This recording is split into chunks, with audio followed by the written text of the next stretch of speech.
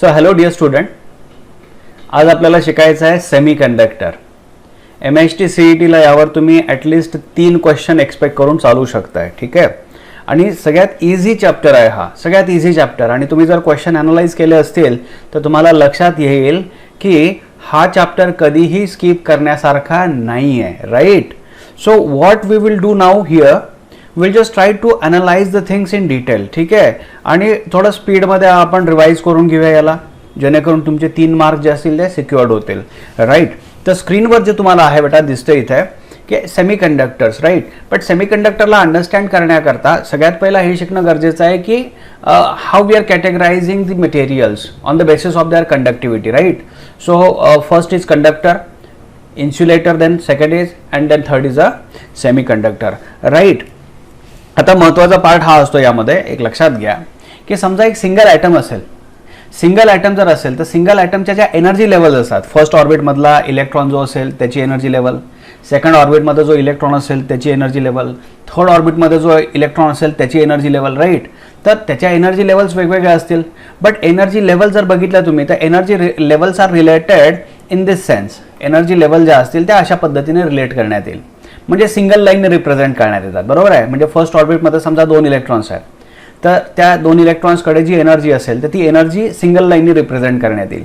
But when you consider 2 atoms, 2 atom जर consider केले and when these 2 atoms comes closer, right, when these 2 atoms comes closer, तर ज्या वेळेला close येतात तेव्हा होतं काय की पर्टर्बेशन्स किंवा त्यांच्यामध्ये जे इंटरॅक्शन होतं आणि त्या इंटरॅक्शनमुळे एनर्जी लेवल जर बघितली तुम्ही तर फर्स्ट ऑर्बिटमध्ये जे इलेक्ट्रॉन्स असतील ते इंटरॅक्ट करून एका लेवलच्या ऐवजी 2 एनर्जी लेवल्स मिळतील, बट स्प्लिट झाल्या, ओव्हरलॅप झालेलं नाही. राईट. आणि सेकंड जो असेल म्हणजे जो आउटर मोस्ट ऑर्बिट असेल त्या आउटर मोस्ट ऑर्बिटमधले इलेक्ट्रॉनचं इंटरॅक्शन थोडं जास्त असते, त्यामुळे तिथे स्प्लिटिंग जरा जास्त होईल. जर थर्ड ॲटम आला, फोर्थ ॲटम आला, फिफ्थ ॲटम आला, so number of atoms comes closer to form a crystal, त्यावेळेला instead of a single line will get this kind of energy lines, large number of energy lines, and we can say that as a energy band. This is energy band and this is also energy band. Right. Energy band. आता अशा energy band किती आहेत तर जेवढे orbits असतील, number of orbits असतील त्यावर ते बेस्ट असते. आता महत्त्वाचं काय आहे की समजा एखाद्या ॲटमकडे 4 ऑर्बिट्स असतील, म्हणजे ॲटममध्ये 4 ऑर्बिट्स आहेत ज्याच्यामध्ये इलेक्ट्रॉन रिव्हॉल्व होतात, तर 4 ऑर्बिटच्या 4 एनर्जी लेवल दाखवायची गरजच नाही आहे, कारण जो इलेक्ट्रॉन आउटर मोस्ट ऑर्बिटमध्ये राहतोय तोच फक्त इंटरॅक्शन करतो. राईट. म्हणजे बरोबर आहे ना, तोच इंटरॅक्शन करणार आहेत बाकी ॲटमसोबत, बाकी इलेक्ट्रॉनसोबत. सो आतले जे इलेक्ट्रॉन्स आहेत, जे कोअर इलेक्ट्रॉन्स आहे, ते ऑब्वियसली कुठल्याही रिॲक्शनमध्ये म्हणूया किंवा कुठल्याही इंटरॅक्शनमध्ये भाग घेत नाही. आणि मोस्टली जे चान्सेस आहेत, प्रोबॅबिलिटी आहे, तर आउटर मोस्ट ऑर्बिटमधले जे इलेक्ट्रॉन आहे ज्याला आपण काय म्हणतो व्हॅलेन्स इलेक्ट्रॉन्स, त्या व्हॅलेन्स इलेक्ट्रॉनचं दुसऱ्या व्हॅलेन्स इलेक्ट्रॉनसोबतचं इंटरॅक्शन होऊ शकते. आता इंटरॅक्शन होणं म्हणजे काय की आउटर मोस्ट ऑर्बिटमधला इलेक्ट्रॉन आपण काढून घेऊ शकतो, आउटर मोस्ट ऑर्बिटमध्ये एखादा एक्स्ट्रा इलेक्ट्रॉन देऊ शकतोय, डिपेंड. तर तुम्हाला तो अंदाज येतोय की for example less than 3 electrons असतील, सो असे ॲटम जे असतील ते इलेक्ट्रॉन डोनेट करू शकतात. मोर दॅन 5 इलेक्ट्रॉन्स, 4 इलेक्ट्रॉन ज्याच्यामध्ये असतील, ॲक्च्युली 5 इलेक्ट्रॉन्स किंवा त्याच्यापेक्षा वर, सो ते काय करतात, इलेक्ट्रॉन ॲक्सेप्ट करतात बॉन्डिंग फॉर्म करण्याकरता. आणि ज्याच्यामध्ये 4च असेल तर ते प्युअरली कोव्हॅलेंट बॉन्ड तयार करतात. राईट. आता अंडरस्टँड करा, we are just interested in those electrons which are in outer most orbit. जे आउटर मोस्ट ऑर्बिटमध्ये इलेक्ट्रॉन्स आहेत ना, आपला इंटरेस्ट बस त्याबद्दलच आहे. मग आता आउटर मोस्ट ऑर्बिटमधल्या इलेक्ट्रॉनची एनर्जी दाखवायची तरी कशी? सो बेटर सिम्पल लॉजिक काय लक्षात घ्या, जो आउटर मोस्ट ऑर्बिटचा इलेक्ट्रॉन असतो त्याला आपण व्हॅलेन्स इलेक्ट्रॉन म्हणतोय, आणि असे नंबर ऑफ ॲटम्स क्लोज झाल्यामुळे जो एक बँड तयार झाला आहे, राईट, तशा व्हॅलेन्स इलेक्ट्रॉनचा जो बँड तयार झाला आहे त्याला आपण नाव देणार आहोत इथनं पुढे व्हॅलेन्स बँड. व्हॅलेन्स नाव भले व्हॅलेन्स असतील, राईट, व्हॅलेन्स बँड, पण it is completely filled, it is completely filled. Right. Completely filled. आता या व्हॅलेन्स बँडमधल्या इलेक्ट्रॉनला जर थोडी एनर्जी सप्लाय केली तर हा इलेक्ट्रॉन ऑब्वियसली त्या आउटर मोस्ट ऑर्बिटमधनं रिलीज होऊ शकतो. रिलीज जरी झाला तरी त्याने क्रिस्टल सोडलेलं नाही आहे, लक्षात घ्या. सो तो जो इलेक्ट्रॉन आहे त्या इलेक्ट्रॉनला त्या ॲटममधनं किंवा त्या मॉलिक्युलमधनं रिलीज करायचा आहे, बाहेर काढायचा आहे, पण तो क्रिस्टलमध्येच राहील. So whatever extra energy you have supplied, so that electron got released from that covalent bond, we can say, so that electron is now having extra energy. तर त्या इलेक्ट्रॉनला एक्स्ट्रा एनर्जी आहे, तर असे सगळे इलेक्ट्रॉन जे असतील ज्यांच्याकडे एक्स्ट्रा एनर्जी असतील तर त्यांच्याकडे एक्स्ट्रा एनर्जी या लेवलमध्ये असेल, म्हणजे एक पर्टिक्युलर पार्ट दाखवला मी एनर्जी लेवलचा. So we can say this as a conduction band. Why conduction band? Because these electrons are now ready for conduction because they have extra energy, right? So we have only two bands right now which are important for us. One is valence band, in which electrons are already in a state, we can say ki if you supply extra energy they can be removed from that orbit, right? So valence band electrons are there, and once they are free from that bonding, we can say those electrons will have extra energy, so we can say that those are right now in a conduction band. आता या दोघांच्या मध्ये gap आहे, लक्षात घ्या, एक gap आहे. that gap is called as energy band gap. That gap is called as energy band gap, or we can say forbidden, right? Usually this word comes, forbidden energy band gap. So forbidden energy band gap means this energy is not allowed, extremely sorry, it means इलेक्ट्रॉनला, लक्षात घ्या, इलेक्ट्रॉनला या difference, म्हणजे हा जो difference दिसतोय तुम्हाला इथला, हा जो डिफरन्स दिसतोय, या डिफरन्सच्या इक्विव्हॅलंट जर एनर्जी सप्लाय केली तरच इलेक्ट्रॉन व्हॅलेन्स बँडमधनं तो बाहेर येऊ शकतो, व्हॅलेन्स बँडमधनं तो काय येऊ शकतो, कंडक्शन बँडमध्ये जाऊ शकतो. So we need to supply this much minimum amount of energy. This is forbidden energy band gap, right? Now on the basis of conduction band and valence band, on the basis of conduction band and valence band, we can split or we can divide the materials into three categories right now. One is conductor, we can say. आता conductor मध्ये इथे दोन diagrams तुमच्या समोर दिसत आहेत.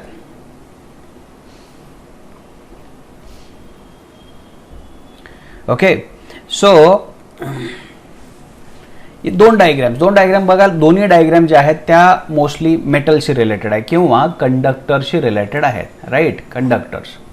आता energy band gap इथे जर बघितलं तर व्हॅलेन्स बँड पार्शियली फिल्ड आहे, partially field. Conduction band partially field आहे. म्हणजे काय, लक्षात घ्या, व्हॅलेन्स बँड इथपर्यंत फील्ड पाहिजे होता, व्हॅलेन्स बँड जो आहे हा एवढा फील्ड पाहिजे होता, पण यातल्या काही इलेक्ट्रॉनला जर एक्स्ट्रा एनर्जी मिळाली असतील तर ते कंडक्शन बँडमध्ये अवेलेबल असतील, right? So you can say some electrons can easily jump in to a conduction band, we can say means will be ready for conduction. So partial filling. किंवा ज्या मटेरियलकडे, ज्या मेटल्सकडे extra electrons आहेत, जास्त electrons आहेत, तर अशा वेळेला थोडं जरी टेम्परेचर चेंज झालं तरी large number of electrons can be free now there, so that they are ready to conduct. त्यामुळे इथे लक्षात घ्या, इथे ओव्हरलॅप करण्यात आला आहे, ओव्हरलॅपिंग सिस्टम. म्हणजे दोघांमधला फरक काही विशेष नाही आहे. पार्शियल फिलिंग कधी, जेव्हा अशा मेटलकडे कमी इलेक्ट्रॉन्स असतात, free number of electrons, we can say free number of electrons, right? Metal आहे म्हटल्यावर फ्री इलेक्ट्रॉन्स, पण इथे जास्त नंबर ऑफ इलेक्ट्रॉन्स असतील. सो दोन्ही डायग्राम ज्या आहेत, ह्या दोन्ही डायग्राम कशाचे आहेत? कंडक्टरशी रिलेटेड आहेत, ठीक आहे? नंतर इन्सुलेटर आला. इन्सुलेटरमध्ये काय होतं ना, की ही एनर्जी बँड गॅप जी आहे, this is usually greater than 3 electron volt. आणि अशा वेळेला इथला इलेक्ट्रॉन जो आहे हा जम्प करून वर जाणं, it is very difficult task, right? So obviously usually you know that betterly कि insulators are bad conductor of electricity. It is only because the electrons which are there engaged in a bonding, right? When we supply energy, this will not be as much easily can get free. Okay, so we can say that okay, this is insulator. Okay, so energy band gap च्या compare म्हणजे basis वर सांगितलं. Then semiconductors मध्ये काय आहे की ही energy band gap आहे ना, it is less than 3 electron volt. So less than 3 electron volt जेव्हा आपण सांगतोय, right, less than 3 electron volt जेव्हा आपण सांगतोय, then it is usually semiconductor. Got it? Clear आहे?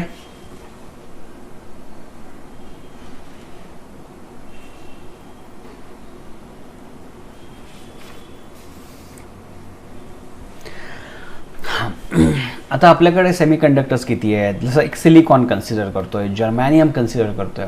सिलिकॉनची जर एनर्जी बँड गॅप कन्सिडर केली बेटा तुम्ही यांच्यामधली, कंडक्शन बँड आणि व्हॅलेन्स बँडमधली, तर सिलिकॉनच्या हिशोबाने जर विचार केला तर सिलिकॉनचा जो एनर्जी बँड गॅप आहे EG हा आहे जवळपास 1.1 electron volt, right? 1.1 electron volt. आणि जर्मॅनियमला जर कन्सिडर केलं असतं तर कंडक्शन बँड आणि व्हॅलेन्स बँड यांच्यामधली जी एनर्जी बँड गॅप आहे, that energy band gap is 0.7 electron volt. Got it? ठीक है.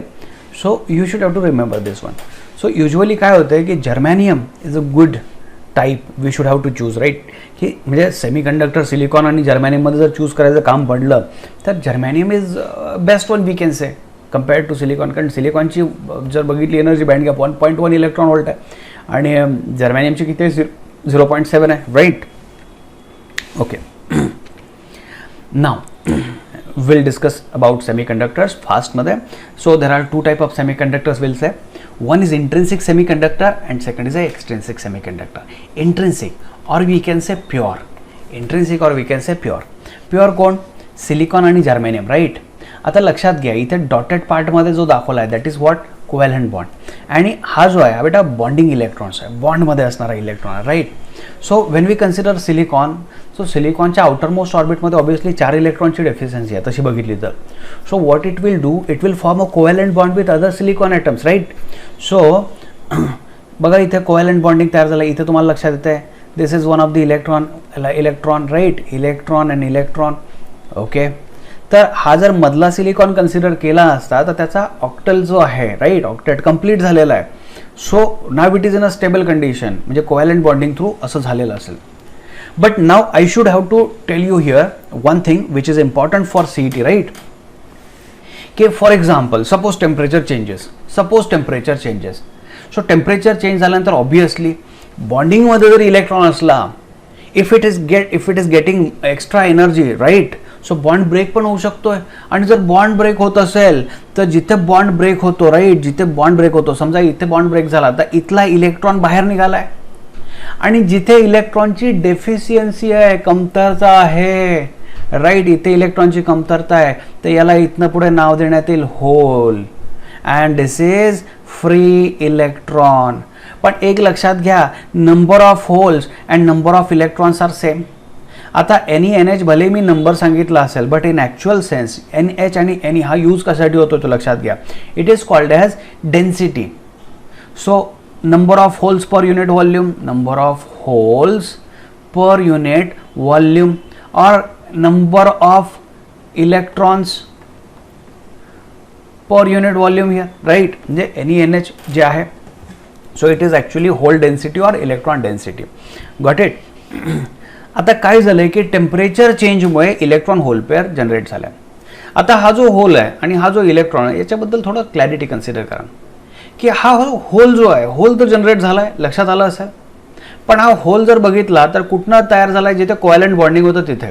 आता लक्षात घ्या हा इलेक्ट्रॉन ऑलरेडी व्हॅलेन्स बँडमध्ये होता, आणि इलेक्ट्रॉन जेव्हा जंप केला तर ऑब्वियसली इलेक्ट्रॉन कंडक्शन बँडमध्ये आला, हा इलेक्ट्रॉन कंडक्शन बँडमध्ये आला, आणि होल कुठे आहे, व्हॅलेन्स बँडमध्ये आहे. म्हणजे कंपॅरेटिव्हली जर समजा असा क्वेश्चन आला compare to electron and hole, तर electron has more energy than hole. आता होल हा जो कॉन्सेप्ट आहे हा कधीही तुम्ही कंडक्टरमध्ये बघितलेला नाही किंवा इन्सुलेटरमध्ये बघितलेला नाही, हा फक्त सेमीकंडक्टरमध्ये आलेला आहे. आणि का आला याच्या मागचं रिझन लक्षात घ्या, इथे इलेक्ट्रॉनची डेफिशियन्सी आहे, चार्जची डेफिशियन्सी आहे. So you can treat it as good as a positive charge. त्यामुळे होलला इथनं पुढे होल जो असेल it is as good as positive charge. म्हणजे करंट कंडक्ट करण्याकरता समजा हा इंट्रिन्सिक सेमीकंडक्टर मी घेतला आणि याला समजा अशी एक बॅटरी सप्लाय केली, तसं तर यांनी कंडक्ट करायला नाही पाहिजे.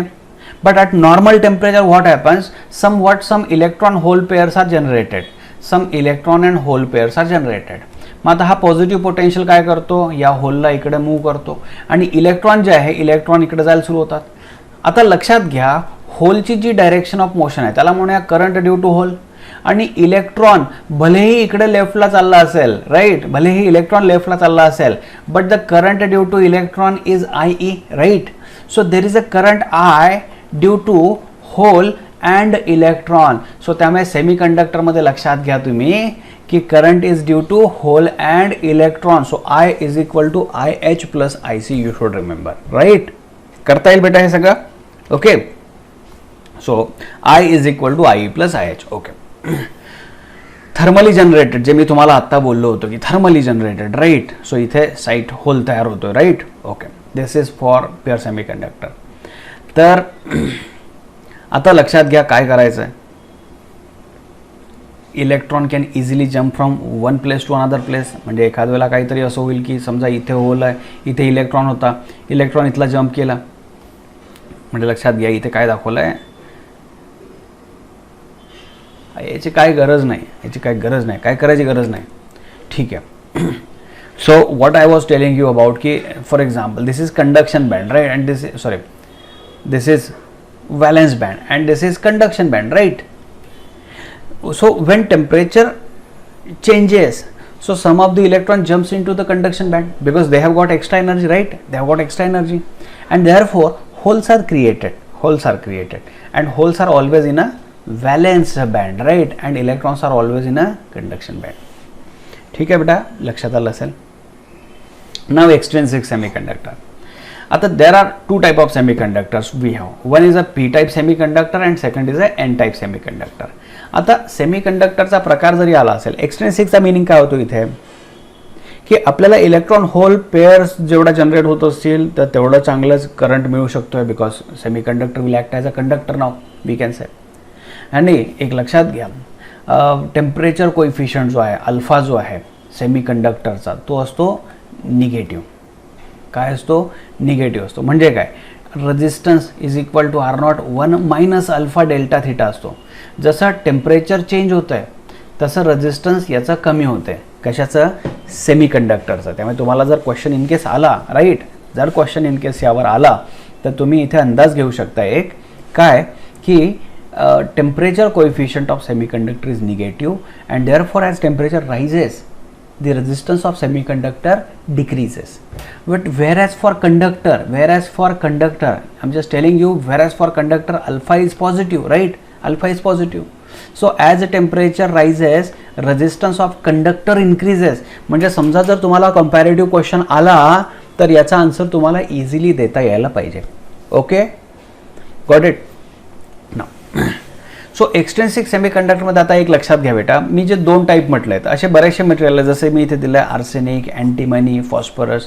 यांच्यामध्ये आउटर मोस्ट ऑर्बिटमध्ये 5 इलेक्ट्रॉन्स असतात, बरोबर आहे. मग 5 इलेक्ट्रॉनपैकी काय झालं आहे, समजा इथे फॉस्फरस मी टाकला असेल, राईट, फॉस्फरस असेल, अँटीमनी असेल, जोही असेल, त्याच्याकडे 5 इलेक्ट्रॉन्स आहेत. तर 5 इलेक्ट्रॉनपैकी काय झालं बघा, लक्षात घ्या, 1, 2, 3 आणि 4 हे 4 इलेक्ट्रॉन्स कोव्हॅलंट बॉन्डिंगमध्ये पॅक झालेत, बिझी झालेत. याच्याकडे जो एक्स्ट्रा इलेक्ट्रॉन आहे हा एक्स्ट्रा इलेक्ट्रॉन जो आहे अनबाउंडेड फ्री इलेक्ट्रॉन. त्यामुळे अशा याला पेंटाव्हॅलंट, म्हणजे पेंटाव्हॅलंट ॲटमने 5 इलेक्ट्रॉन्सपैकी एक इलेक्ट्रॉन याचा आता रिकामा झाला आहे किंवा फ्री आहे, अवेलेबल आहे. तसंच जर ट्रायव्हॅलंट कन्सिडर करूया आपण, बघा लक्षात घ्या, पेंटाव्हॅलंट आणि इथे ट्रायव्हॅलंट अशी नावं लक्षात ठेवणं गरजेचं आहे. इंडियम आहे, बोरॉन आहे, ॲल्युमिनियम आहे, यांच्या आउटर मोस्ट ऑर्बिटमध्ये काय आहे, 3 इलेक्ट्रॉन्स आहेत. तर 3 इलेक्ट्रॉन्सपैकी बघा 1, 2, 3 बॉन्डिंगमध्ये फॉर्म झालेत. आता चौथी जी प्लेस आहे ती तर व्हॅकंट आहे ना, आणि आत्ताच आपण बोललो व्हॅकंट म्हणजे काय, होल. सो सिम्पल लॉजिक आहे यामध्ये, तुम्ही एक सांगू शकताय की नंबर ऑफ इलेक्ट्रॉन और electron density is greater than hole density. आणि या केसमध्ये बेटा number of holes is less than number of electron, you can say, right. Number of holes is less than number of, extremely sorry, हाँ, number of holes is greater than number of electrons, right? Number of holes, right, here number of holes is greater than number of electrons. आता हे झाली electron density बद्दल. आता लक्षात घ्या, एक question असा येऊ शकतो, येण्याचे चान्सेस आहेत. लक्षात घ्या की ज्या वेळेला पेंटाव्हॅलंट इम्प्युरिटीने याला डोप केलं, सो हा जो एक्सट्रिन्सिक सेमीकंडक्टर आहे ज्याला आपण मोस्टली आता हा जो आहे हा याला एन टाईप म्हणण्यात येईल. का, कारण की याने एक एक्स्ट्रा इलेक्ट्रॉन सप्लाय केलेला आहे, बरोबर आहे. इथे एक होल सप्लाय झालेला आहे एक्स्ट्रा, म्हणजे याला आपण पी टाईप म्हणू शकतो. त्याच्या व्यतिरिक्त आणि एक पॉईंट म्हणू शकतो आपण याला, राईट. तो काय बघा, लक्षात घ्या, this is called as donor impurity. ही जी आहेत ना इम्प्युरिटीज आहे यांना डोनर इम्प्युरिटी म्हणू शकतो. आणि यामध्ये जो हा आहे याला आपण ॲक्सेप्टर इम्प्युरिटी म्हणू शकतो. आता मेन क्वेश्चन काय आहे की डोपिंग झाल्यानंतर हा जो क्रिस्टल फॉर्म झाला असेल कुठला, एन टाईप किंवा पी टाईप, तर एन टाईप क्रिस्टलवर कुठला चार्ज आहे, नेट चार्ज कुठला आहे. तर समजा नेट चार्ज क्वेश्चन विचारला, net charge on P type or N type असा जर विचारला तर म्हणायचं इट इज न्यूट्रल. काय म्हणायचं, न्यूट्रल. न्यूट्रल का लक्षात घ्या, कारण की जेव्हा अँटीमनी, आर्सेनिक, फॉस्फरस हे जेव्हा ॲटम म्हणून घेतलेत तर तो ॲटम तर इलेक्ट्रिकली न्यूट्रलच होता ना. ॲटम इलेक्ट्रिकली न्यूट्रल आहे. कॉन्सेप्च्युअली भले आपण त्याला एन टाईप म्हणतोय, कॉन्सेप्च्युअली भले आपण याला पी टाईप म्हणतोय, right. It is donor impurity, it is acceptor impurity. तर एखाद्याला वाटते की अरे आणि एक्स्ट्रा इलेक्ट्रॉन दिला तर त्या क्रिस्टलवर निगेटिव्ह चार्ज येईल. बिलकुल येणार नाही आहे, निगेटिव्ह चार्ज येणार नाही आहे. मग तो तर इलेक्ट्रिकली न्यूट्रल आहे. त्यामुळे तुम्ही एक लक्षात घ्या बेटा, जर समजा असा क्वेश्चन आलाच तर यू शुड से देअर की N type, though it is N type, P type और intrinsic, all are, I'm telling you, all are electrically neutral, all are electrically neutral. So net charge you can say, net charge 0 म्हणा, net charge काय म्हणायचं, 0 म्हणा, electrically neutral system आहे. आता एक लक्षात घ्या काय होते, म्हणजे बिफोर डोपिंग जर कन्सिडर केलं असतं आपण तर NI intrinsic semiconductor, right, intrinsic semiconductor. So electron density जी आहे, म्हणजे जेवढे नंबर ऑफ होल्स आणि नंबर ऑफ इलेक्ट्रॉन्स हे सेम होते. कशामध्ये, इंट्रिन्सिकमध्ये. सो एक लॉ ऑफ मास ॲक्शनवाला कॉन्सेप्ट आहे. तर जर मी इंट्रिन्सिक सेमीकंडक्टर घेतला तर त्यामध्ये मी NE इंटू NH असं करू शकतोय, but both are same. So तुम्ही NI इंटू NI करा इज इक्वल टू NIचा स्क्वेअर. ठीक आहे, म्हणजे होतं काय की एका मोमेंट नंतर होल तयार होतात, इलेक्ट्रॉन होल पेअर जनरेट होते. बट एखादा होल जो असतो त्यात एखादा इलेक्ट्रॉन येत पण असेल ना. So law of mass action काय सांगतोय की असं नाही होणार की टेम्परेचर वाढत गेलं तर इलेक्ट्रॉन होल पेअर तयार होत जातात, बरोबर आहे. बट एखादा जो होल तयार झाला आहे तिथे नंतर इलेक्ट्रॉन पण येत असेल, दॅट इज ऑल्सो पॉसिबिलिटी, रिकॉम्बिनेशनची पण पॉसिबिलिटी आहे. तसंच जर एक्स्ट्रिन्सिकमध्ये जर घेतला आपण, इलेक्ट्रॉन डेन्सिटी जर टाकली, म्हणजे इलेक्ट्रॉन एन टाईप किंवा पी टाईप जे असतील समजा ॲटम्स, ते जर आपण त्याला डोपिंगमध्ये दिलेत, सो एक लक्षात घ्या, electron density hole density is equal to NIचा स्क्वेअर. यामध्ये फार काही जास्त करायचं नाही आहे. तुम्हाला क्वेश्चनमध्ये यापैकी कुठले तरी 2 मेन्शन केलेले असणार, म्हणजे होल डेन्सिटी, राईट, आणि इंट्रिन्सिक. हे जे दिलं असेल त्याप्रमाणे जी थर्ड असेल क्वांटिटी ती काढायची आहे. हे स्टेट बोर्डवाल्यांसाठी ॲप्लिकेबल शक्यतो नाही आहे हा फॉर्म्युला. ओके, डोपिंग केल्यानंतर जे होतं आहे लक्षात घ्या, एक फर्मी लेवलचा कॉन्सेप्ट मी घेऊन देतो आहे ॲडिशनल, काही अडचण नाही. ते बघा तुम्ही की हा जो आहे बेटा हा एन टाईपशी रिलेटेड आहे. म्हणजे हा कंडक्शन बँड असणार वरचा आणि खालचा कोण असेल, व्हॅलन्स बँड असेल, राईट. आता मॅक्झिमम जे आहे पी टाईप इम्प्युरिटी जे असेल त्यांनी एक्स्ट्रा इलेक्ट्रॉन तर दिले असतील. तर जी डोनर असते ना, तर डोनरची एनर्जी लेवल थोडी खाली आहे. इथे कुठे खाली आहे, कंडक्शन बँडचा जो बॉटम आहे ना त्याच्यापेक्षा थोडी खाली आहे. मग यांच्यामधली गॅप किती आहे, 0.01 electron volt, right, 0.01 electron volt आहे. आणि लक्षात घ्या काय होतं की टेम्परेचर चेंज झाल्यामुळे होऊ शकते एखादा इलेक्ट्रॉन व्हॅलेन्स बँडमधनं जम्प करून कंडक्शनमध्ये पोहोचला असेल, राईट. तर ही पॉसिबिलिटी आहे.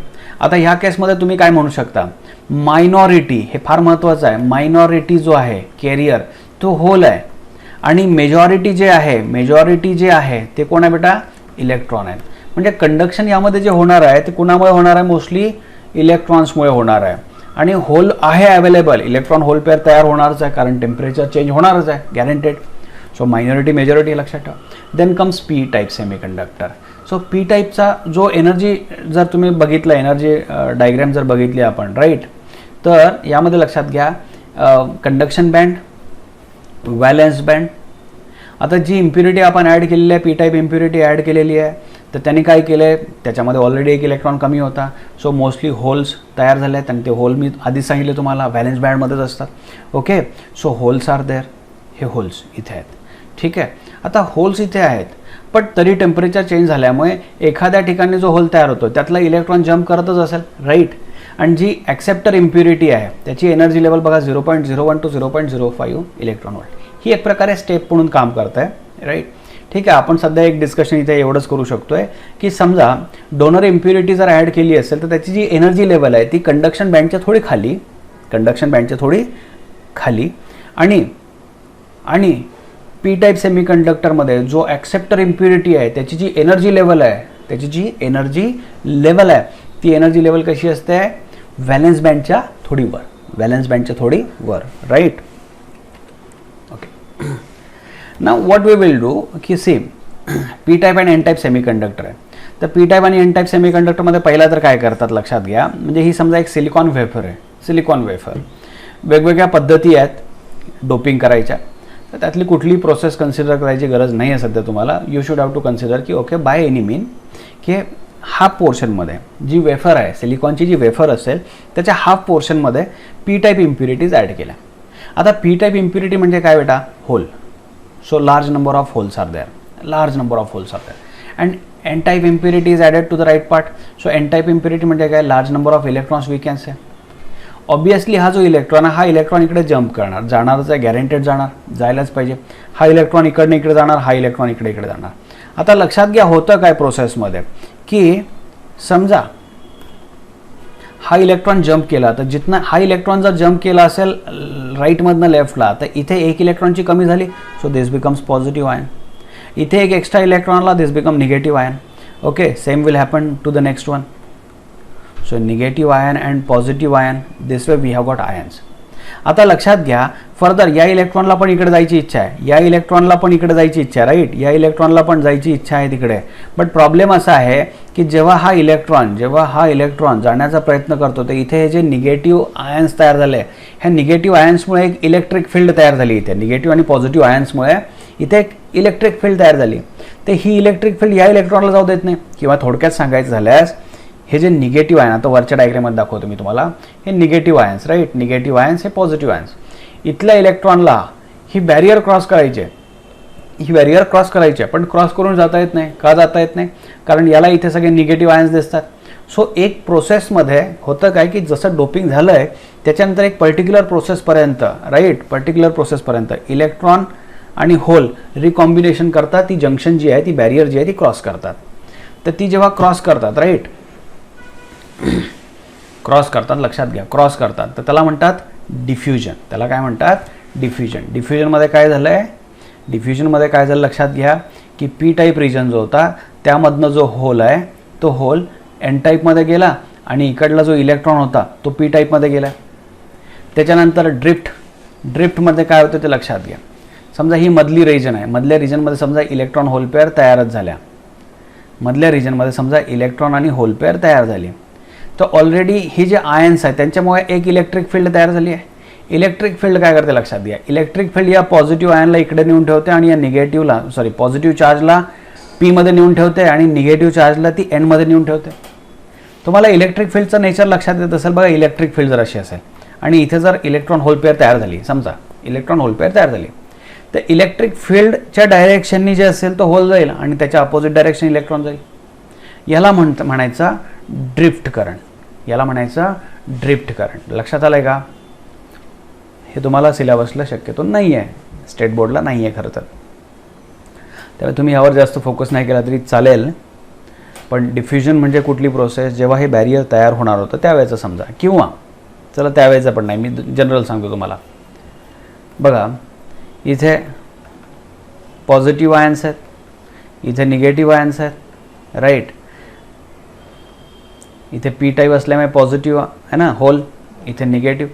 आता समजा मी याला जर असं एक पोटेन्शियल दिलं असतं, तर पोटेन्शियल दिल्यानंतर काय झालं असतं की हा पॉझिटिव्ह आयन जबरदस्तीने का होईना इकडनं इकडे गेला असता, राईट, म्हणजे पी टाईपमधनं एन टाईपमध्ये गेला असता. तर याला आपण डिफ्युजन बोलणार. आणि जे मी तुम्हाला इथे सांगितलं आहे बघा, इथे जे सांगितलं आहे, काय सांगितलं आहे की याच्यामध्ये इलेक्ट्रिक फील्ड तयार झाली, तर इलेक्ट्रिक फील्ड मी मॅग्निफाय केली, इथे झूम करून दाखवली. आणि या रिजनमध्ये जे इलेक्ट्रॉन होल पेअर तयार झाले असतील टेम्परेचर चेंजमुळे होऊ शकतात, राईट. तर इलेक्ट्रिक फील्डच्या अलॉंग पॉझिटिव्ह म्हणजे पी टाईपमध्येच जातील आणि निगेटिव्ह एन टाईपमध्येच जातील. तर ही जी लास्टवाली ही जी प्रोसेस मी तुम्हाला सांगितली ना, this is very important process in solar cells. कशामध्ये इम्पॉर्टंट आहे? सोलार सेलमध्ये इम्पॉर्टंट आहे. पुढे आपण बघूया. आता जेव्हा डिप्लेशन लेअर तयार होत आहे, डिप्लेशन म्हणजे का म्हणूया आपण depletion region, it is depleted, कमतरता आहे, कमी आहे. कशाची कमी आहे? पॉझिटिव्ह आणि निगेटिव्ह चार्जची कमी आहे. मग आता का कमी आहे? कारण तिथे फक्त आयन्स आहेत. Ions are immobile. भले इथे प्लस मायनस दिसत आहेत, but these are ions which are immobile, जे युजफुल आपल्याला नाही आहे तेवढं. बरं, मग आता ही जी विड्थ आहे ही लक्षात ठेवा. ही झाली विड्थ या डिप्लेशन लेअरची. डिप्लेशन लेअर एक प्रकारची बॅरियर, राईट. इथे निगेटिव्ह आहे तर लो पोटेन्शियल, इथे पॉझिटिव्ह आयन्स आहे तर हाय पोटेन्शियल. ग्रॅज्युअली चेंज झालेला आहे. ओके. आता समजा जर आपण सिलिकॉन घेतला असता तर सिलिकॉनचा 0.7 व्होल्ट एवढं पोटेन्शियल तयार होते आणि जर्मेनियम जर असेल तर 0.3 व्होल्ट तयार होते. ओके, जो पोटेन्शियल बॅरियर आहे, पोटेन्शियल बॅरियर जर्मेनियमचा किती आहे 0.3 व्होल्ट आणि सिलिकॉनचा किती आहे सिलिकॉनचा 0.7 व्होल्ट आणि जर्मेनियमचा किती आहे 0.3 व्होल्ट. ओके, म्हणजे एक प्रकारचं हे बॅटरीप्रमाणेच काम करणार आहे. Now whatever diode is, whatever PN junction we have considered over here, that is called as junction diode now. याचा सिम्बॉल इम्पॉर्टंट आहे, तो लक्षात ठेवा. जो P आहे त्याला मोठ्या ट्रायंगलने दाखवला आहे आणि जो N आहे त्याला नुसतं एका लाईनने दाखवलं आहे. ठीक आहे, आता फार महत्त्वाचे क्वेश्चन जे तयार होतात इथे ते काय होतात, PN junction diode in a forward bias and in a reverse bias.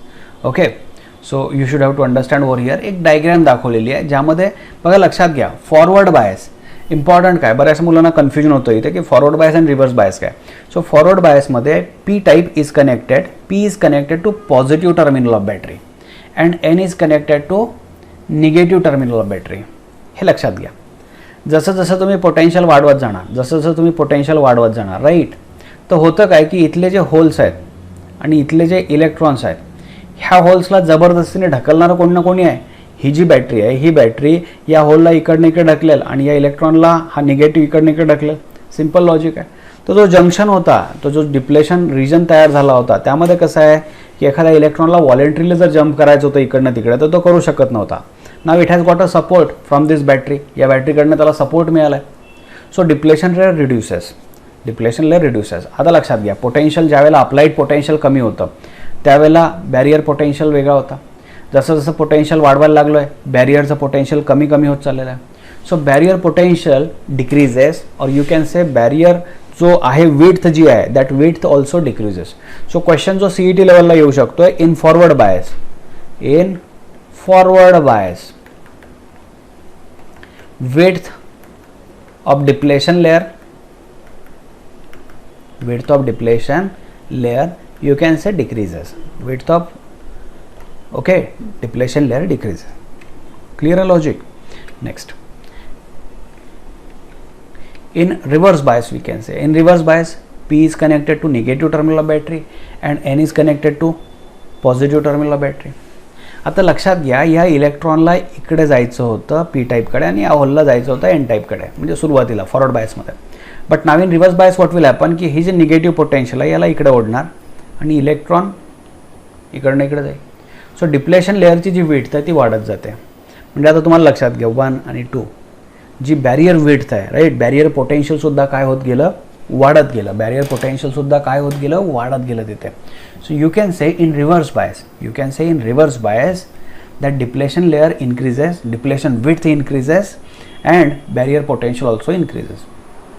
आता होतंय काय, फार मजेशीर भाग आहे हा की यामध्ये लक्षात घ्या इन रिव्हर्स बायस आता होतं काय की समजा या रिजनमध्ये कुठे ना कुठे मायनॉरिटी कॅरियर्स असणार. समजा काही बॉन्ड ब्रेक झाले आणि यामध्ये इलेक्ट्रॉन होलची पेअर तयार झाली, समजा होल आहे राईट, याच्यामधली इलेक्ट्रिक फील्डसुद्धा आहे. तर हा इलेक्ट्रॉन कुठे जाईल, हा इलेक्ट्रॉन इकडनं इकडे जाईल आणि हा होल कुठे जाईल, हा होल इकडनं इकडे जाईल राईट. किंवा समजा इथे N टाईपमध्ये इलेक्ट्रॉन होल पेअर तयार झाली आहे, या P टाईपमध्ये इलेक्ट्रॉन होल पेअर तयार झाली आहे. आता हा होल इकडे चालला आहे पण हा निगेटिव्ह बॅटरीचा या इलेक्ट्रॉनला इकडनं इकडे ढकलेल. हा पॉझिटिव्ह टर्मिनल काय करेल, इलेक्ट्रॉनला इकडे ओढून घेईल, बट हा पॉझिटिव्ह टर्मिनल या होलला इकडनं इकडे ढकलेल. So there is a minority charge carrier current. म्हणजे काय आहे, रिव्हर्स बायसमध्ये current is due to minority carriers. कशामुळे असणार, मायनॉरिटी कॅरियर्समुळे असणार. आणि हे फार महत्त्वाचं आहे आपल्याकरता. जसं PN junction diode in forward बायसमध्ये कसं आहे की हा जो विड्थ होती, तुम्हाला सांगितलं मी आता जर्मेनियमची 0.3 व्होल्ट होती डिप्लेशन लेअरची आहे ना पोटेन्शियल, आणि सिलिकॉन जो आहे तो 0.7 व्होल्ट आहे. म्हणजे सिम्पल लॉजिक आहे, जर मला कंडक्ट करायचं असेल PN जंक्शन डायोडला and if it is kept in a forward bias, forward म्हणजे लक्षात घ्या positive is connected to P type and negative is connected to N type. तर या इथनं समजा होलला इकडनं बॅरियर क्रॉस करण्याकरता रिक्वायरमेंट जी आहे ती सिलिकॉन जर समजलं घेतलं आपण तर 0.7 व्होल्टची आहे. तुम्ही 0.7 व्होल्टच्या वर व्होल्टेज अप्लाय केला की ते कंडक्ट व्हायला सुरू होते. त्यामुळे इथे डायग्राम बघा तुम्ही 0.6 आणि 7 म्हणजे इथे जर मी टँजंट ड्रॉ केला असता तर 0.7 वर आला असता. तर 0.7 व्होल्ट नंतर हिच कर्वेचर वर गेलेली आहे म्हणजे ओहम्स लॉ फॉलो होत नाही. या डिव्हाइसला आपण म्हणू शकतो नॉन ओहमिक. नॉन ओहमिक का? कारण की ओहम्स लॉमध्ये जर आपण करंट आणि पोटेन्शियलचा ग्राफ काढला तर तो स्ट्रेट लाईन असतो, रिव्हर्स जर केला तरी स्ट्रेट लाईन असतो. पण इथे बघा लक्षात घ्या फॉरवर्ड बायसमध्ये आहे ना हा कर्वेचर आहे. आता रिव्हर्समध्ये काय होतं? रिव्हर्समध्ये प्रॉब्लेम काय आहे की हा जो इकडला होल आहे हा इकडे जाणार, इलेक्ट्रॉन मात्र इकडे जाणार. पण याला जर मॅग्निफाय झूम करून बघितलं आपण, राईट, झूम करून जर बघितलं तर या पी टाईपमध्ये आणि या एन टाईपमध्ये, पी टाईपमध्ये इलेक्ट्रॉन होल पेअर तयार आहे, इथे सुद्धा इलेक्ट्रॉन होल पेअर तयार आहे, राईट. आणि इथे जे निगेटिव्ह पोटेन्शियल दिले आणि इथे जे पॉझिटिव्ह पोटेन्शियल दिलं जसं वाढवत गेलं इलेक्ट्रॉन बघा हा निगेटिव्ह टर्मिनल या इलेक्ट्रॉनला इकडे ढकलणार आहे आणि हा पॉझिटिव्ह या होलला इकडे ढकलणार आहे. म्हणजे लक्षात घ्या पी टाईपमध्ये मेजॉरिटी कोण असतो? पी टाईपमध्ये मेजॉरिटी होल असतात.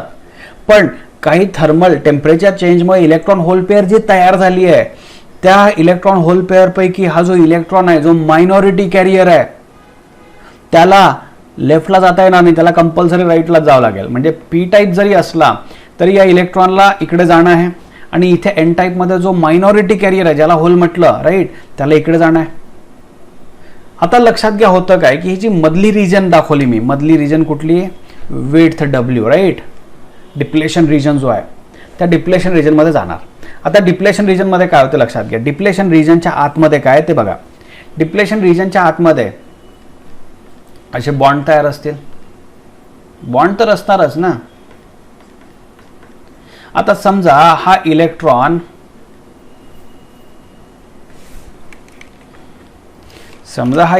जो आहे बरोबर आहे, हा इलेक्ट्रॉन जो आहे निगेटिव्ह पोटेन्शियल आहे, पोटेन्शियल तुम्ही वाढवला तर होतं काय की at certain moment it gets more and more energy now.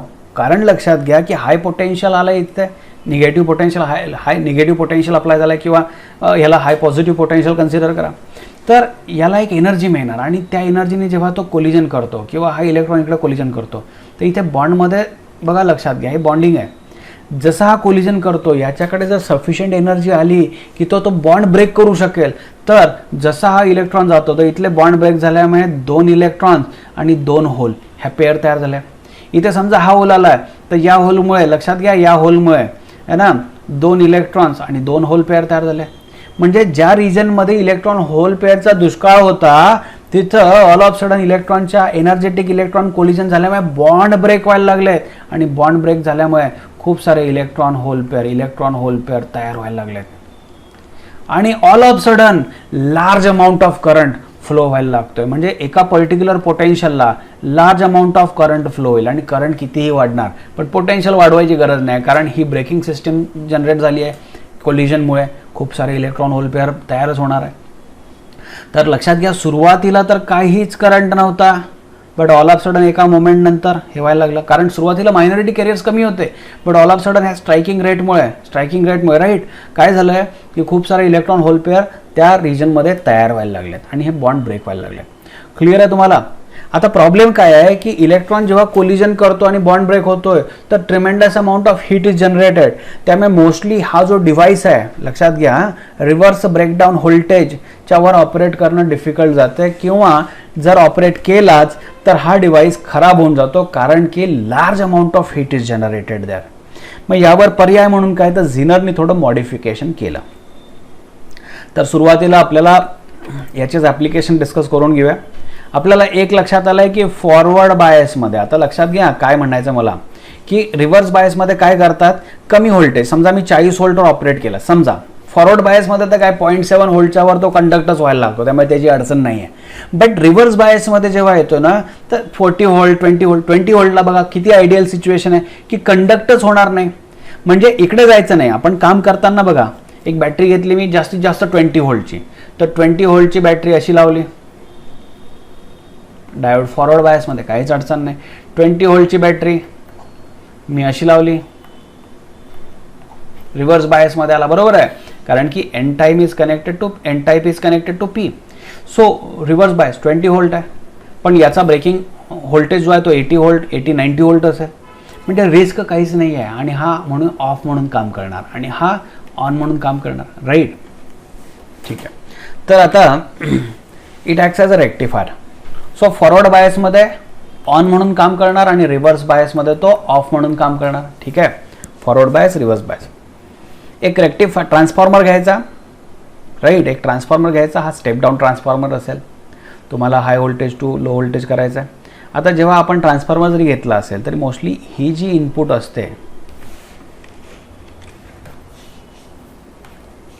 Mostly he G input आहे, राईट, ही इनपुट आहे, तर याचा आउटपुट जो असेल तो लो मिळेल.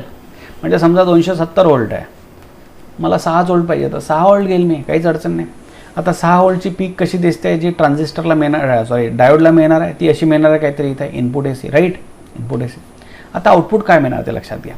जेव्हा पॉझिटिव्ह पीक असते, ही पीक असते पॉझिटिव्ह, म्हणजे डायोड फॉरवर्ड बायसमध्ये येतो. आता आपण आयडियल डायोडबद्दल बोलणार आहे. आयडियल म्हणजे काय, की जसं सिलिकॉनला 0.7 व्होल्टची गरज होती आणि जर्मॅनियमला 0.3 व्होल्टची गरज होती फॉरवर्ड बायसमध्ये कंडक्ट करण्याकरता. आयडियल डायोड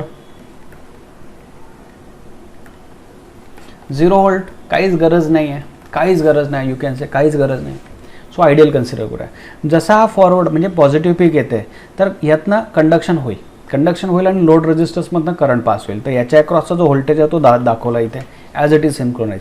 पण जशी निगेटिव्ह पीक आली म्हणजे हा मायनस झाला, right, and compare to this one it is positive. No, it is in reverse bias. जसा रिव्हर्स बायसमध्ये आला, नो करंट फ्लो होणारच नाही, म्हणजे हा इथे आला आहे. त्याचप्रमाणे परत मग पुढच्या पीकला आला आहे, हे same will happen, right. So इथे तुम्हाला क्लिअरली अंडरस्टँड होत असेल की इथे जे नंबर ऑफ आउटपुट रिपल्स आहेत, रिपल्स जे आहेत, ह्या रिपल्स समजा इनपुट फ्रिक्वेन्सी जर 50 हर्ट्स असेल तर इथे रिपल्ससुद्धा 50च मिळतील. कारण लक्षात घ्या, रिपल्स म्हणजे काय, इथे 2 होत्या, 2 म्हणजे 50 हर्ट्स म्हणजे लक्षात आलं ना तुम्हाला, इथनं इथपर्यंत एक वेव्ह असते, that is called as one wave completed, right, one wave completed. आणि मग इथनं इथे परत सेकंड वेव्ह कम्प्लिटेड.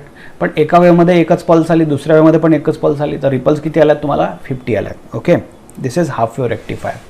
ना what about full wave rectifier. तर फुल वेव्ह रेक्टिफायरला काय करतात, एक सेंटर टॅप ट्रान्सफॉर्मर टाकतात, सेम अरेंजमेंट, 2 डायोड टाकलेत आणि लोड रेजिस्टन्स टाकला. आता सेंटर टॅप काय करतो लक्षात घ्या, ही समजा इनपुट असेल तर पहिला तर जो ट्रान्सफॉर्मर आहे तो त्याला काय करतो, ही एक वेव्ह, आणि सेंटर टॅपमुळे काय होतं की खालच्याला त्याला उलट वेव्ह मिळते. म्हणजे ही पॉझिटिव्ह पीक असेल तर त्याच वेळेला खालच्या डायोडला रिव्हर्स पीक मिळणार, राईट. तर तुम्हाला एक लक्षात येईल, wave format A and wave format B. एला जी पीक मिळालेली आहे, लक्षात घ्या, एला जर पॉझिटिव्ह असेल तर त्याच वेळेला बीला निगेटिव्ह असते. आता लक्षात घ्या, निगेटिव्ह पीकच्या वेळेला डायोड कंडक्ट होतच नाही, मग आता एला जो डायोड मिळाला आहे तो पॉझिटिव्ह पीकलाच कंडक्ट होईल. पॉझिटिव्ह पीक इथे आहे एसाठी, त्यावेळेला कंडक्ट झाला म्हणजे डायोड D1 कंडक्ट झाला. ज्या वेळेला दुसरी पल्स येईल, ए जेव्हा निगेटिव्ह होतो त्यावेळेला बी पॉझिटिव्ह होतो, बी पॉझिटिव्ह झाला म्हणजे बी कंडक्ट होईल, म्हणजे बीचा जो डायोड आहे तो कंडक्ट होईल.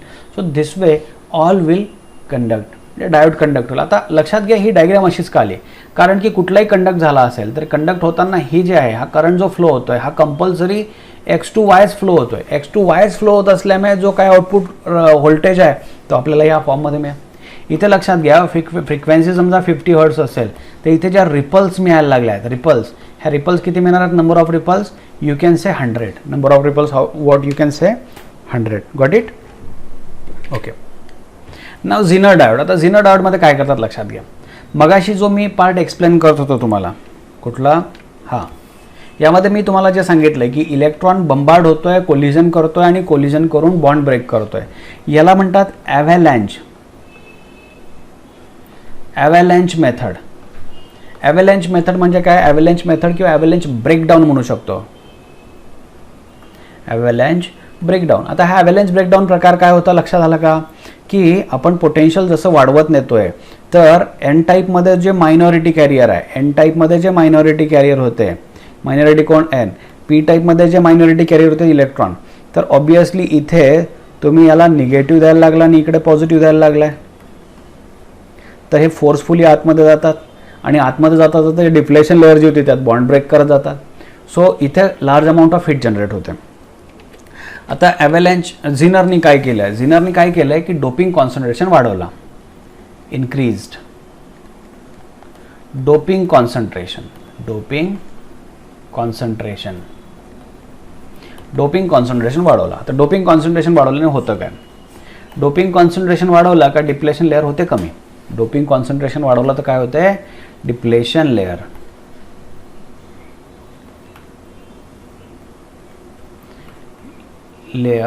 width decreases. डिप्लेशन लेअरची जी वेट आहे ती कमी होते. आता वेट कमी झाल्यानंतर होतं काय की ऑब्वियसली पी टाईप आणि एन टाईप यामध्ये मायनॉरिटी कॅरियर तयार होतीलच. यामधला मायनॉरिटी इलेक्ट्रॉन आहे, यातला मायनॉरिटी कोण आहे, होल आहे. आता जेव्हा आपण सप्लाय करतो त्याला रिव्हर्स बायसिंगमध्ये जेव्हा आणतो तर कमी जरी व्होल्टेज असेल, लक्षात घ्या कमी जरी व्होल्टेज असेल आणि व्ही डिवायडेड बाय डी, तर ही इलेक्ट्रिक फील्डचा कॉन्सेप्ट झाला. इथल्या रिजनमध्ये जी इलेक्ट्रिक फील्ड एक्स्ट्रा आलेली आहे तर होतं काय बघा, लक्षात घ्या मेन हे आहे की डिप्लेशन लेअरमध्ये इलेक्ट्रॉन होलची पेअर तयार होणं. आता ती कशी होत होती, मग अशी एक इकडनं इलेक्ट्रॉन येऊन बंबार्ड करत होता आणि बॉन्ड ब्रेक करत होता, त्यात बरीचशी हीट जनरेट होत होती. आता काय केलं आहे, मेकॅनिझम चेंज केलं आहे. मेकॅनिझम काय चेंज केलं आहे की रिजनमधली इलेक्ट्रिक फील्ड वाढवली. आता होतं काय की समजा ही इलेक्ट्रिक फील्ड आहे, डिप्लेशन लेअर कमी झाली, डिप्लेशन लेअर कमी झाल्यामुळे इलेक्ट्रिक फील्ड वाढली, डी डिक्रीज केला त्यामुळे इलेक्ट्रिक फील्ड वाढली. आता इलेक्ट्रिक फील्ड वाढल्यामुळे लक्षात घ्या काय होतं की यात समजा बॉन्ड आहे आणि ह्या बॉन्डमध्ये दोन इलेक्ट्रॉन्स आहेत, समजून घ्या कोव्हॅलंट बॉन्ड. इलेक्ट्रिक फील्ड जर स्ट्रॉंग असेल तर इलेक्ट्रिक फील्डच्या अपोजिट डायरेक्शनने हा इलेक्ट्रॉन जाण्याचा प्रयत्न करेल, हा इकडे जाण्याचा प्रयत्न करेल. म्हणजे नेक्स्ट मोमेंटला काय होतंय की इथे दोन होल तयार झाले आणि हे दोन इलेक्ट्रॉन्स आलेत. आता हे होल इकडे जातील आणि हे इलेक्ट्रॉन्स इकडे जातील. म्हणजे इलेक्ट्रॉन होल पेअर तर तयार करायचे आहेतच, पण मेथड कुठली, बंबार्डिंगवाली मेथड नाही. ही मेथड असणार ऑब्वियसली, म्हणजे बंबार्डमेंट होतच असणार, बट डॉमिनेटिंग नेचर कोणतं आहे, इलेक्ट्रॉन होल पेअर तयार करताना इलेक्ट्रिक फील्ड काय करेल, ते इलेक्ट्रॉन होल पेअर जनरेट करेल, बॉन्ड ब्रेक करेल. त्यामुळे झालं काय की कारण ॲडव्हान्टेज काय लक्षात घ्या, रिव्हर्स ब्रेकडाऊन व्होल्टेजमध्ये बघा लक्षात घ्या इथे व्होल्टेज कॉन्स्टंट आहे, करंट कितीही पास झाला तरी व्होल्टेज मात्र कॉन्स्टंट आहे. म्हणजे व्होल्टेज स्टॅबिलायझर म्हणून आपण या डिव्हाइसला वापरू शकतो. आता समजा हाच डिव्हाइस फॉरवर्डमध्ये लावला असता तर तो ऑर्डिनरी डायोडसारखा काम करतो. म्हणजे झिनर डायोड जर तुम्ही मार्केटमधनं विकत आणला, राईट, समजा 5 व्होल्टचा विकत आणला, 5 व्होल्टवाला झिनर डायोड विकत आणला एक एक्झाम्पल म्हणून, तर 5 व्होल्टच्या डायोडला समजा मी फॉरवर्डमध्ये लावला तर तो फॉरवर्ड बायस साधा डायोडसारखा काम करेल, बट रिव्हर्समध्ये जर लावला तर तो 5 व्होल्टच्यावर व्होल्टेज वाढूच देणार नाही.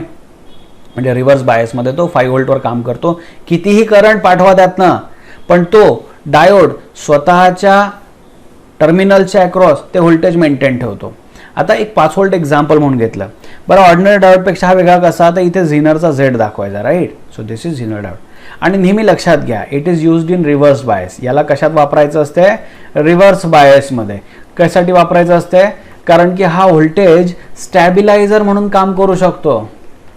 व्होल्टेज स्टॅबिलायझर आणि खराब पण होत नाही आहे, राईट. बरं हा करंट फार कमी असतो, वर तुम्ही बघितलं असेल, नोट डाऊन केलं असेल तर फॉरवर्ड बायसमध्ये मिली एम्पियर करंट, रिव्हर्स बायसमध्ये मायक्रो एम्पियर, कारण मायनॉरिटी कॅरियर्समुळे करंट फ्लो होतो त्याच्यामुळे, राईट. ओके, इथे एक अरेंजमेंट केलेली आहे. समजा अनरेग्युलेटेड डीसी सप्लाय जर कोणी दिला, अनरेग्युलेटेड सप्लाय म्हणजे काय म्हणूया आपण याला, की समजा इथनं जो काही व्होल्टेज दिला असेल, राईट, त्याला आपल्याला म्हणजे इथे समजा मॉडिफिकेशन होत असेल, 5 व्होल्ट आहे 5च्या ऐवजी 10 व्होल्ट येत असेल असं अज्युम करून चला. तर एक एक्झाम्पल कन्सिडर करूया की हा लोड जो आहे, हा लोड म्हणजे एक प्रकारचा बल्ब आहे, एक प्रकारचा बल्ब आहे. बल्बपेक्षा एखादा डिजिटल डिव्हाइस घेऊया कुठला तरी. हा RL म्हणजे काय कन्सिडर करूया की एक असा डिव्हाइस आहे, assume that it is a device, sensitive device which works on say 5 volt, say 5 व्होल्टवर काम करतो, ठीक आहे. आता माझ्याकडे जो सप्लाय आहे तो समजा अज्युम करून चालूया, तो 20 व्होल्टचा आहे. मला एक काम करावं लागेल, 20 व्होल्ट पैकी मला 15 व्होल्ट गरजेचंच नाही आहे, कारण माझ्याकडलं जे डिव्हाइस आहे ते डिव्हाइस सेन्सिटिव्ह आहे आणि त्याला फक्त 5 व्होल्ट मिळायला पाहिजे. म्हणजे 20 व्होल्ट पैकी 15 व्होल्ट काढायची जबाबदारी माझ्याकडे आहे. पहिला 15 व्होल्ट काढणं गरजेचं आहे. तर 15 व्होल्ट कसे काढणार, हे 20 व्होल्ट जसे दिलेत तर 20 व्होल्ट पैकी असा मी एक सिलेक्ट करेल रेजिस्टन्स. बघा हा मेन करंट आय फ्लो होतोय. असा काही सिलेक्ट करेल की रेजिस्टन्स इंटू करंट जर म्हटला तर 15 व्होल्ट मी इथे ड्रॉप करून टाकेल. आता राहिला 5 व्होल्ट. आता 5 व्होल्टसाठी मी काय केलं, हा झिनर इथे वापरला रिव्हर्स बायसमध्ये आणि या झिनरच्या अक्रॉस लोड रेजिस्टन्स वापरला. आता समजा चुकून असं कधीतरी होतंय, लक्षात घ्या, चुकून असं कधीतरी होतंय की जेव्हा मी मॅक्झिमम करंट इकडनं पास करेल, हा जो करंट येतोय हा करंटपैकी IZ झिनर करंट आणि हा IL लोड करंट, म्हणजे I is equal to zener current plus load current, हा टोटल करंट आहे. ठीक आहे. आता काही फ्लक्च्युएशन्समुळे जर खूप जास्त करंट आला, समजा फ्लक्च्युएशन्समुळे खूप जास्त करंट आला, तर खूप जास्त जर करंट आला, समजा खूप जास्त जर करंट आला तर हा RS तर फिक्स्ड आहे, RS काय आहे, फिक्स्ड आहे आणि जास्त करंट आलेला आहे. आता जास्त जसा करंट येतोय तर जास्त करंट जरी आला तरी इथला व्होल्टेज जो असेल तो त्याप्रमाणे मॅनेज होईल. पण जो जास्त करंट आला आहे त्यापैकीचा करंट काय होईल, मॅक्झिमम करंट हा काय करेल, झिनर स्वतःमधनं घेऊन घेईल आणि इकडनं लोड करंटच फिक्स्ड येईल, लोड करंटच फिक्स्ड पास करेल. का फिक्स्ड पास करेल, कारण लक्षात घ्या IL into RL is equal to VO म्हणूया आउटपुट व्होल्टेज, आणि VO आणि हा झिनर हे दोघे कसे आहेत, पॅरलल आहे म्हणजे VZ. So whatever input voltage you are providing that is used as VS है ना, S च्या अक्रॉस VS प्लस VZ. कारण VZच्या अक्रॉस तुम्ही 5 व्होल्टवाला झिनर आणलाय ना, तर 5 व्होल्टवाला जर झिनर आणला असेल, राईट, 5 व्होल्टवाला जर झिनर आणला असेल तर तो 5 व्होल्ट स्वतःभोवती ठेवणार आहे, म्हणजे याच्या अक्रॉस 5 व्होल्टच राहील. करंट किती जास्त येऊ द्या, करंट किती जास्त येऊ द्या, हा स्वतःमधनं करंटला बायपास करून टाकतो, पण IL ला मात्र चेंज होऊ देत नाही. कारण IL जर चेंज झाला असता तर इथला व्होल्टेज चेंज झाला असता, इथला व्होल्टेज चेंज झाला असता तर वायोलेट झाला असतं, इथे ओम्सला फॉलो झाला नसता. कारण की दोन टर्मिनल जे आहेत या दोन टर्मिनलच्या अक्रॉस सेम व्होल्टेज पाहिजे. म्हणजे जर एक्स्ट्रा करंट येत असेल तर झिनरचं काम आहे की जेवढा एक्स्ट्रा करंट असतो, बघा लक्षात घ्या, जेवढा एक्स्ट्रा करंट असतो तो सगळा बायपास करून टाकणे आणि IL कॉन्स्टंटच राहणार शेवटपर्यंत. So VS plus VO we can say. VS is how much, I into RS plus this is VO, right, this is V in, input voltage. So V in is equal to I किती, तर IL plus I zener, right, RS plus VO. तर तुम्हाला लक्षात घ्या जो काही change होईल त्याप्रमाणे तुम्ही हा चेंज सगळा इथे मिळेल. Output will never change, VO will remains constant, VO will remain constant. तर तुम्हाला अंदाज आला असेल की सिरीज रेजिस्टन्स जो आहे तो इम्पॉर्टंट तर आहेच, कारण मी समजा 20 व्होल्ट दिला तर मला 15 व्होल्ट इथं काढून टाकायचा आहे, बाकीचा रिमेनिंग 5 व्होल्ट जो आहे तो इथे मिळेल. फ्लक्च्युएशन जरी आले तरी काही अडचण नाही, झिनर व्होल्ट काय करतो स्वतःमधनं बाकी सगळं बायपास करून टाकतो, जेणेकरून याच्या अक्रॉसचं व्होल्टेज नेहमी 5 व्होल्टच राहील आणि याच्या अक्रॉस जर 5 व्होल्ट राहत असेल तर IL लोड रेजिस्टन्सच्या अक्रॉससुद्धा 5 व्होल्टच राहायला पाहिजे. कारण हे पॉसिबल नाही आहे की झिनरच्या अक्रॉस वेगळं व्होल्ट आणि लोड रेजिस्टन्सच्या अक्रॉस वेगळं व्होल्ट. सो हा बेसिकली यूज झाला झिनरचा. दुसरा डिव्हाइस आहे बेटा photo diode, right. Photo diode म्हणजे काय म्हणूया आपण याला, की हा PN जंक्शन डायोड आहे आणि ही जी डिप्लेशन लेअर आहे, राईट, ही डिप्लेशन लेअर. फार महत्त्वाचा विषय काय लक्षात घ्या की डिप्लेशन लेअरवरच बरीचशी कामं सुरू आहे. कारण डिप्लेशन लेअरमधले जे बॉन्ड ब्रेक करून इलेक्ट्रॉन होल पेअर तयार होतात त्याच्यामुळे कंडक्शन होतं आहे. जो ऑर्डिनरी डायोड होता त्यामध्ये इलेक्ट्रॉन होल पेअर तयार करायला गेलं आहे, ॲव्हलॅन्च ब्रेकडाऊन झाला आणि तो डायोड खराब झाला. झिनरनी थोडं मॉडिफाय केलं, झिनरनी काय केलं की डोपिंग कॉन्सन्ट्रेशन वाढवलं, त्यामुळे वेट कमी झाली, इलेक्ट्रिक फील्ड वाढली, इलेक्ट्रिक फील्ड वाढल्यामुळे इलेक्ट्रॉन होल पेअर तयार होण्यात मदत झाली, कारण बॉन्ड ब्रेक करू शकतोय, म्हणजे बॉन्ड ब्रेकिंगची मेथड चेंज केली. आता थर्ड बॉन्ड ब्रेकिंगची मेथड काय आहे की त्या डिप्लेशन लेअरवर तुम्ही सुटेबल फ्रिक्वेन्सीची वेव्ह इन्सिडंट करा. आणि तुम्ही इलेक्ट्रॉन फोटॉनमध्ये शिकलेला आहे की सफिशियंट एनर्जीची जर फोटॉन इन्सिडंट होत असेल so electron absorb that energy आणि तो त्यातनं फ्री होऊ शकतो. सो hν एनर्जीचा फोटॉन यावर इन्सिडंट करा. मग इथे जे इलेक्ट्रॉन होल पेअर तयार होतील, इथे जे इलेक्ट्रॉन होल पेअर तयार होतील तर याच्या आतमध्ये ते इलेक्ट्रिक फील्ड आहे ऑलरेडी. इलेक्ट्रिक फील्ड कशी असेल, कारण की इथे पॉझिटिव्ह आयन आहे, इथे निगेटिव्ह आयन आहे, सो इलेक्ट्रिक फील्ड. या इलेक्ट्रिक फील्डमुळे होल इकडे येतील, होल इकडे येतील आणि इलेक्ट्रॉन इकडे जातील, म्हणजे कंडक्शन होईल, करंट फ्लो होईल.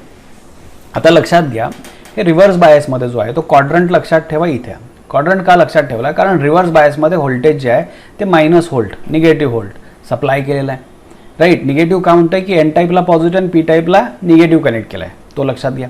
आणि करंट जो आहे तो away from the junction flow व्हायला लागला आहे. करंट कसा आहे, away from the junction flow व्हायला लागला इथे, लक्षात येत आहे.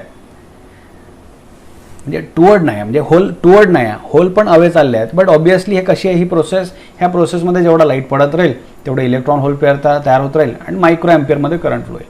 आता हे काय आहे, तर इंटेन्सिटी समजा वाढवली, पहिला तर म्हणजे suitable frequency, main suitable frequency आहे. सुटेबल फ्रिक्वेन्सी जर असेल तर गॅरंटेड काय होणार, इलेक्ट्रॉन होल पेअर तयार होईल. बट आता इंटेन्सिटी जर वाढवली, इंटेन्सिटी वाढवा करंट वाढेल, राईट, इंटेन्सिटी वाढवा करंट वाढेल. आता हा फोटो डायोड काय कामाचा आहे लक्षात घ्या. एक अज्युम करून चालूया, की इथनं पुढे हे जे रेजिस्टन्स आहे एक मायक्रो कंट्रोलर टाकला आणि हा काय करतोय, समोर सिग्नल पाठवतोय. फॉर एक्झाम्पल टी-व्ही सेटला मी कुठलं तरी एक चॅनल प्रेस केलं, चॅनलचा नंबर प्रेस केला, तर नंबर प्रेस केल्यानंतर फॉर एक्झाम्पल 3 फोटॉन आले, तर याला कळतं की 3 फोटॉन आले, 3 फोटॉनमुळे 3 इलेक्ट्रॉन होल पेअर समजा तयार झाले असतील, त्याच्यामुळे जो करंट पास झाला तर तो करंट चेक करेल आणि त्या करंटनुसार तो डिसिजन घेईल. समजा मी इथली इंटेन्सिटी वाढवली, तुम्हाला आधीच माहीत पडलं आहे करंट वाढतो, इंटेन्सिटी वाढली की करंट वाढते. करंट वाढला तर त्याला कळतं की एवढ्या करंटला कुठलं चॅनल सेट करायचं आहे, तर ते चॅनल जे असेल ते पुढे सेट करणार. सो ऑब्वियसली असे मायक्रो कंट्रोलर डिव्हाइस असतात, लक्षात आले. किंवा बेस्ट एक एक्झाम्पल लक्षात घ्या आणि दुसरं सांगतो मी तुम्हाला. समजा टी-व्हीच्या ऐवजी असं कन्सिडर करून चालूया, एक कुठला तरी प्लॅन्ट आहे, बॉटलिंग प्लॅन्ट आहे, मला नंबर ऑफ बॉटल्स काउंट करायचे आहेत आणि इथे काउंटर आहे, ठीक आहे. आता सुटेबल फ्रिक्वेन्सीची जी वेव्ह आहे ही अशी इन्सिडेंट होते, त्यामुळे एक पर्टिक्युलर कॉन्स्टंट करंट पास होते, ठीक आहे. आता समजा एक बॉटलिंग प्लॅन्ट आहे, बॉटलिंग प्लॅन्ट म्हणजे काय कोणाचं आहे, ही एक बॉटल आहे, ही बॉटल इथनं पास होते, जशी पास होते तशी ती लाईटला कट करते, जशी लाईटला कट करते म्हणजे तेवढ्या वेळाकरता लाईट डिस्कनेक्ट झाला होता, जेवढ्या वेळाकरता लाईट डिस्कनेक्ट झाला होता त्यावेळेला करंट चेंज झाला. ज्यावेळेला करंट चेंज झाला तर काउंटर चेक करतोय की किती वेळा करंट चेंज झाला, करंट कॉन्स्टंट होता, ऑल ऑफ सडन चेंज झाला, म्हणजे एकदा झालं आहे. परत दुसरी बॉटल आली असेल, परत दुसरी बॉटल आली, परत दुसऱ्यांदा करंट चेंज झाला, परत तिसऱ्यांदा करंट चेंज झाला आहे. सो 1 2 3 काउंटर काय करतोय, काउंटिंग करत राहतोय, राईट. सो असे बरेचसे एक्झाम्पल्स आहेत की ज्यामध्ये फोटो डायोडचा यूज होईल. नंतर बेटा light emitting diode, right. Light emitting डायोडसाठी मी एक एक्झाम्पल तुम्हाला पटकन देऊन देतोय की आपण आतापर्यंत सिलिकॉन आणि जर्मेनियम, राईट, सिलिकॉन आणि जर्मेनियम यांचा वापर केला. यांच्यामध्ये होतं काय की जी डिप्लेशन लेअर आहे, राईट, जी डिप्लेशन लेअर असते त्या डिप्लेशन लेअरमध्ये हां इथे काहीतरी बेटा हेडिंग चुकलं आहे कदाचित, 2 मिनटं.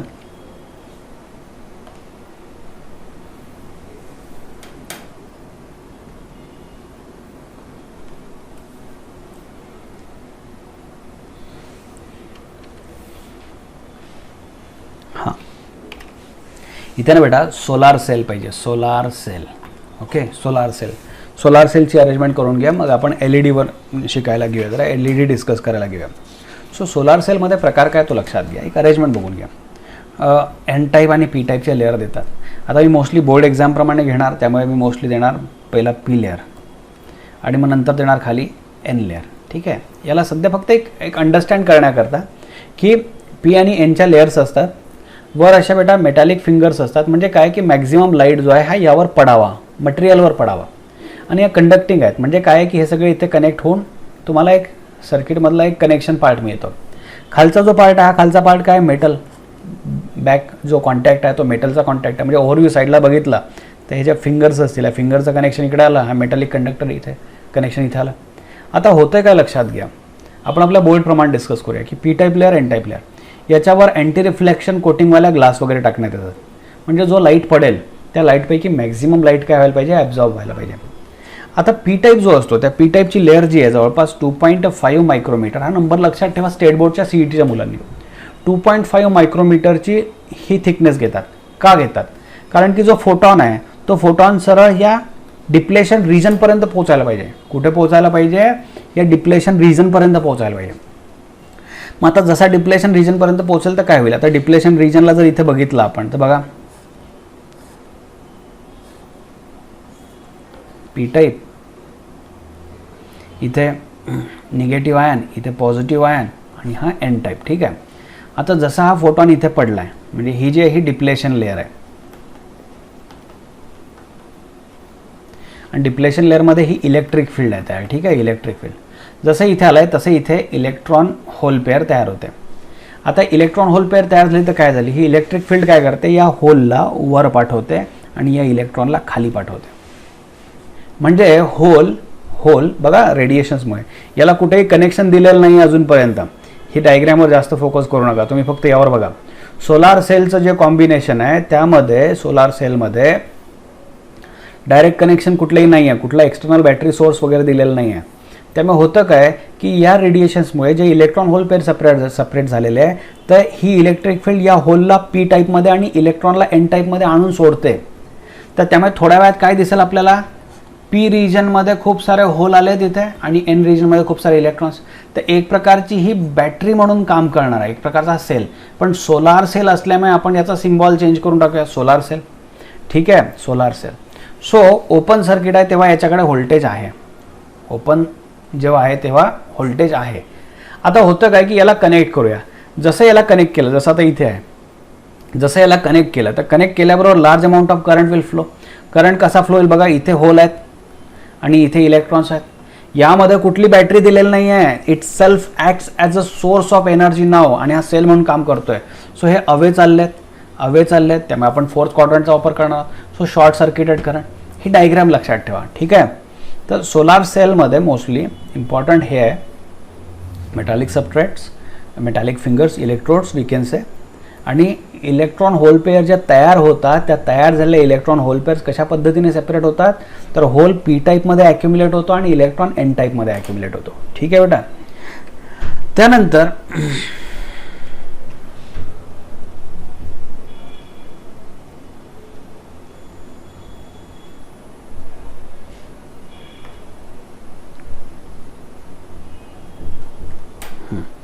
मला अनेक पॉईंट करून घ्यायचं तुमच्याकडनं.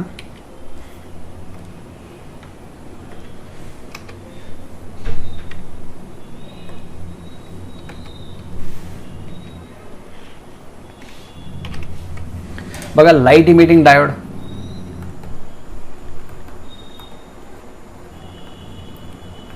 जेवढे पी टाईप एन टाईप वाले डायोड्स आपण कन्सिडर केले आहेत ना, मोस्टली आपण जर्मॅनियमचा यूज केला आहे. आणि जर्मॅनियममध्ये प्रॉब्लेम काय येतो की जेव्हा डिप्लेशन लेअरमधनं इलेक्ट्रॉनचे रिकॉम्बिनेशन होतात इलेक्ट्रॉन होल पेअरचे, तेव्हा मोस्टली हीट जनरेट होते.